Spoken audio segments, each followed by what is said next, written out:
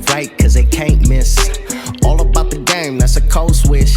Serving up the truth, call it ruthless. Tune in and get your fix from Blake and Vish Sports. Oh, East Bay Chris, by the way, absolute GOAT. Make sure you subscribe to his Yep. channel, The Really Bad 49ers Show. He's satirical comedy to the max. He's the best troll I've Use Twitter. ever seen. Great He is Twitter. a master. Make sure you follow him on Twitter too. Unless you get really sensitive to Kyle Shanahan, Kirk Cousins memes, but he's an amazing follow on Twitter too. But he's asking about the Cardinals, and I guess this is shocking because we don't get trolling East Bay Chris. We get real East Bay Chris asking a real question. But he goes, "What are your overall thoughts on the Cardinals? Can we take them seriously with Kliff as the head coach?" I can go first on this one. So I think the Cardinals are kind of the odd team out of this NFC West, like top tier teams in my eyes. I would rate them a little below the Rams and probably a little below the Seahawks. And it's not because I don't like them. I think Kyler is maybe one of the best quarterbacks, like a top 12 quarterback, really, really good. They added all these new weapons, a little older A.J. Green, Rondale Moore, who fits that offense just to a T. He'll be fun to watch. And then they brought in the likes of J.J. Watt. But they just seem like the odd team out. I don't know why they don't seem as complete of a team as some of these other teams. And the main reason is that secondary and the cornerback position, and Butler's gone. The cornerback position is very, very thin. And I don't know. Kliff's running game doesn't seem to be the best either, but I guess I don't have too much to say on the Cardinals besides they're kind of the team I'm sort of fading. Although last year I will say, before they were, I want to say 6-3 before Kyler got that injured shoulder on the Thursday night game against the Seahawks, and they were rolling. And they kind of got their season derailed a little bit after that. So can they get back to that form? Potentially, but they are in the toughest conference in the whole league. So I think that is tough for them. Yeah, I think their division makes it a little bit tough, but now the 7 playoff teams gives all 4 teams in a division a chance to make the playoffs, which the NFC West is a division capable of sending all 4 teams, especially when you look at the fact that outside of really the top teams in every other division, the other 3 teams are basically unknowns. I mean, we think Minnesota could be pretty good. We don't think any of the other 3 teams besides the one team in the NFC East will be good. And even the one team in the NFC East, I don't expect any of them to be a out and out best team in the NFC East. I expect it to be a dogfight with 3, 9, and 8 teams coming down to week 17 or week 18, excuse me. And then you go to the NFC South, and you and I you aren't but I'm a little bullish on New Orleans, just looking at their top to bottom roster, especially their talent in the trenches and the fact that Sean Payton's their coach. But Atlanta has huge holes on defense, and Carolina is a really young football team. So it's really tough to expect anything from anywhere else in the NFC besides the 4 teams in the NFC West. And, the Green Bays, the Tampa Bays, the teams that have been there and been the best teams in the NFC for the last year or so. So that's where I give Arizona a chance. My issue is, I believe in Kyler Murray. He has his limitations, especially throwing the ball over the middle of the field and seeing the field at times. But I think what he does for their offense, I mean, you talked about it. They were 6-3, and a lot of the reason they were 6-3 is because of his ability to just put pressure on defenses with his legs and his arm. I think his running doesn't get enough credit.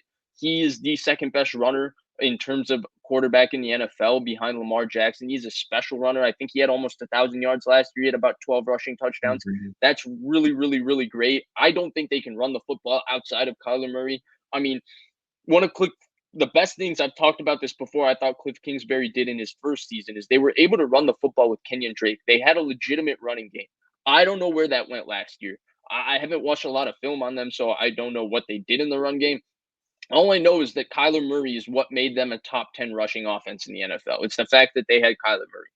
Then you get away from their offense, right? And Kliff's offense is a little bit lacking in creativity. I mean, they line up DeAndre Hopkins in one spot 95% of the time. Not the best way to use one of the best receivers in football, but that's how they do it. I think their defense has major talent. I think they have major talent in their front 7. I think their front 4 has an opportunity to be one of the best in the NFL.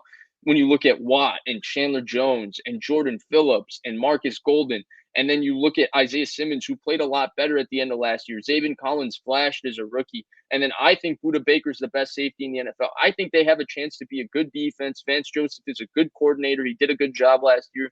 The issue just keeps coming back to the fact that I just don't trust what their offense can do sustainably to close out tight football games, because I don't think they do anything schematically to be able to put themselves in advantageous positions to do that. I don't know what their bread and butter is as an offense besides running a bunch of very, very basic air raid concepts and running a few zone read plays with a special running quarterback in Kyler Murray. And because of that, I just think that, Seattle always knows how they're going to close football games. They're going to keep it tight, and Russell Wilson's going to win.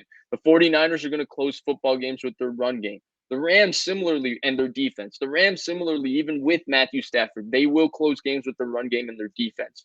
What is Arizona's way of closing tight football games? I don't know. And because of that, basically, but can he be a superstar 12 times with that schedule? That's probably not the best game plan, just sending Kyler Murray to the Wolves and telling him to figure it out.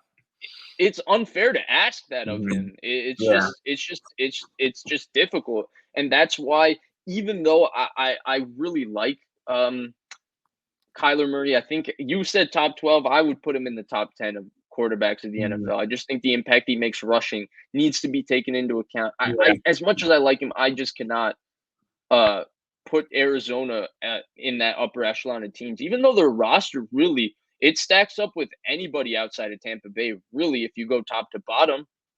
I mean, outside of Tampa Bay, Green Bay has a great roster. San Francisco, New Orleans. NFC West. Yeah, basically it's the four NFC West teams, New Orleans and Green Bay, and maybe Minnesota, but I wouldn't even put them there. Maybe Washington, maybe the Giants. But all these rosters have question marks in their own unique ways. We're more bullish on some of them. We're less bullish on all of them. But they all have potential to be good rosters, or great rosters even. But we'll see.